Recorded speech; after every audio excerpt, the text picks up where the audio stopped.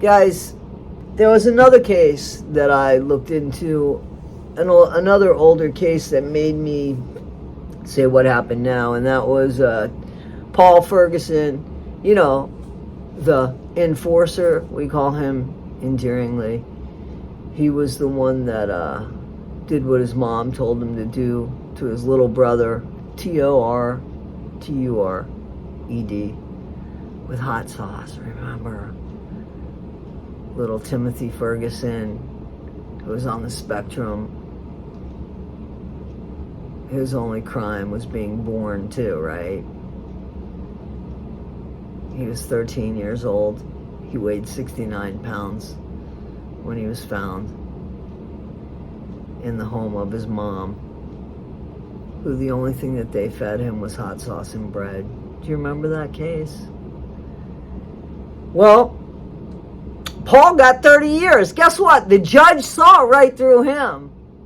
See, Paul thought he was doing a deal. He thought the more he tells on his mom, and by the way, the more he exposed himself, he thought, oh, the judge will have mercy on me. Manipulated story by Mr. Ferguson from the very beginning of this thing, that he's going to put the blame on his mom. I'm going to be manipulated. I have Asperger's syndrome. I have autism.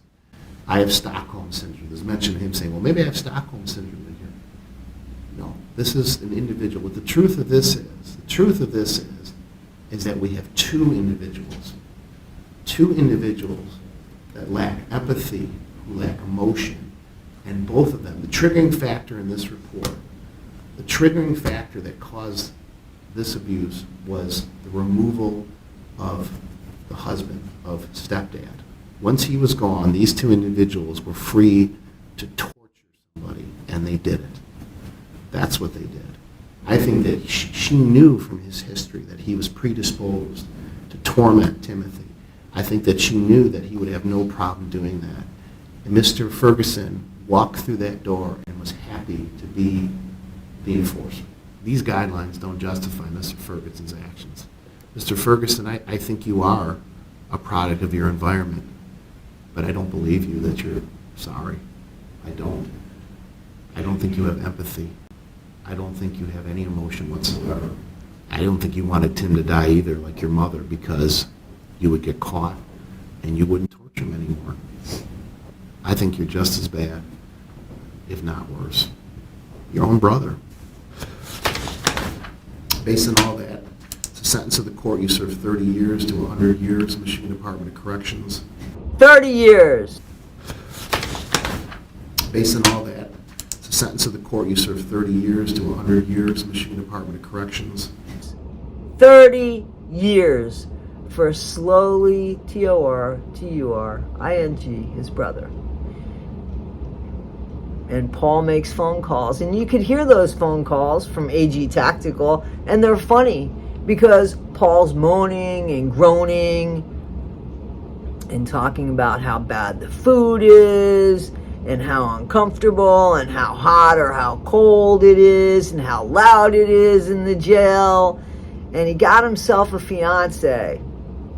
I think she's 48 years old. That's fine. Little Paul Ferguson's only 20-something years old, right? Somebody to keep him busy and his little tablets there, and the many people that reached out to him, and now the many people that are, I guess, are no longer talking to him. Maybe people used him they wanted to write a book. They wanted to figure out what made that little monster tick, tick, tick, tick, tick. We found out later. See, this is why I like to go back to old cases, because sometimes you could see so much more clearly and stuff starts coming out. So not only was Shonda not supposed to have Timothy, right? Because Shonda was unfit. Shonda Vander Ark, remember? Lovely Shonda. Yeah. And Paul, he was a naughty boy. Yeah. He SA'd his brother. That came out later. That wasn't even...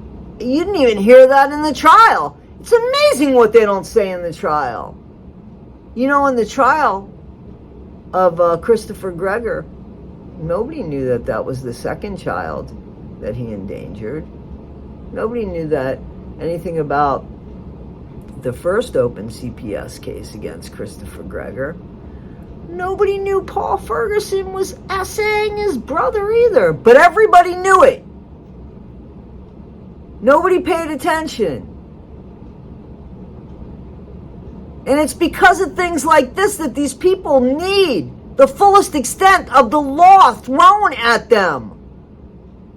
Because they owe it to the children to protect their children. If you can't do that, I say let you go in general population. Shauna's got a little girlfriend outside the jail. Shauna's got a little girlfriend. Somebody's paying her way so that she could have her little ramen noodles. Timothy didn't have ramen noodles. Her son Timothy starved. Her son Timothy didn't even have dignity at the end. He was made to live on a tarp. Was timed to go to the bathroom. 60 seconds for number one and 2 minutes for number two. That's all he deserved. And Shonda's worried about ramen noodles and how comfortable it is in jail. And this is why we write to judges. Because, see, people find comfort. People adapt. What is that saying? That that liquid is the only form that takes the shape of what it's in. And the human body is 70% liquid. So, see, people can get very comfortable and have some semblance of life, some sort of something that looks like life, something that they look forward to, something to keep them going. And that's not fair. You see, I listened to a grandmother talking to Jay Scott yesterday, Rebecca Micciolo, and she said, nothing's changed. My grandson's not here. My grandson's not here. Nothing has changed. But something is making Christopher Greger wake up in the morning. Something. Looking forward to phone calls from his parents, canteen money, something. And that's not fair. Guys, this is Issues with Toddy One Skip. I am Toddy One Skip. Enough's enough. Please write to this judge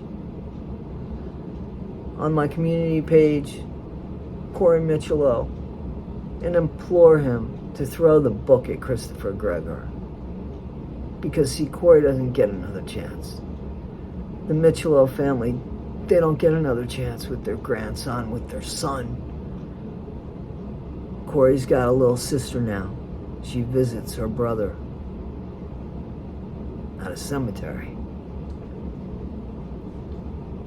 Write to the judge about that. Guys, we're happy to help those people that need rides to get to the hearing. We were donated some money. and we're happy to help people get rides to the sentencing. Just please reach out to us. We'll help as much as we can. We only ask if we help that you go. All right, guys? Guys, this is Issues with Toddy One Skip. I am Toddy One Skip. Tell me what you think in the chat, guys. I appreciate you. And don't forget, August 2nd. Okay?